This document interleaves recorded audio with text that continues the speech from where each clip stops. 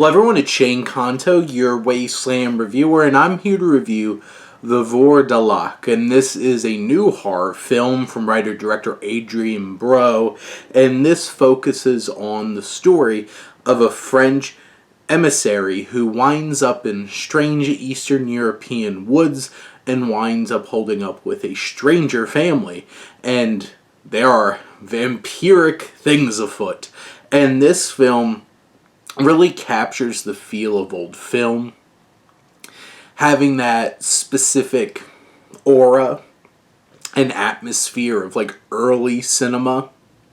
It is all in color, which feels very rich with the film, but it definitely has that atmosphere of a Nosferatu, of the old Dracula. It doesn't have the specific visuals of, say, like a German expressionist film, but it has that kind of atmosphere, this eeriness to it, and it does it so well. The cinematography is great, the effects, the blood, the guts, it's all there. The practical effects, there's basically like this puppeted kind of character who comes into play that's so creepy and off-putting and strange. And that's the thing, this film is strange, and it feels like this old school kind of dark fairy tale in the way that it's shot visually, in the way that it has this aura about it. Narratively, I'll admit it's loose and a little flabby at times. I think there's points where it gets really just like, what's going on? And you kind of lose a bit of interest at little moments. But generally, the atmosphere, the tension, the suspense, there's some really great shots, and how the bow creates tension and builds up suspense is very effective in this film. The use of vampiric folklore really works.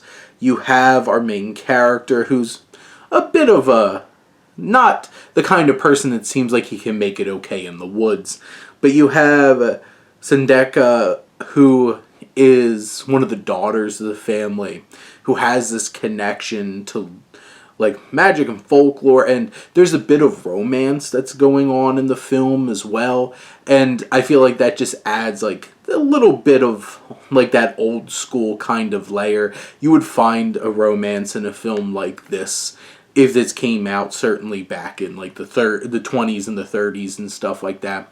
And overall, I think it's effective.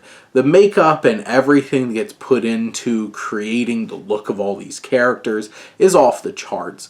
Technically, this is so impressive. It, like I mentioned, even though it's only 91 minutes, there are some moments that it feels like maybe it could have been a little tighter.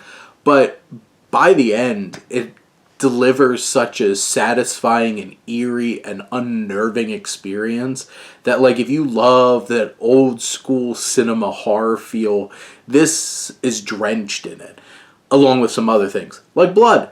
And it's such a creepy kind of experience, and it just draws you in, and then you're stuck in it, building the sense of mystery, building the suspense and tension, and by the end, it really delivered something special. But those are my thoughts on the Vourdalak. Let me know what you think, and let's talk some movies. But thank you as always for tuning in and supporting your Wasteland reviewer.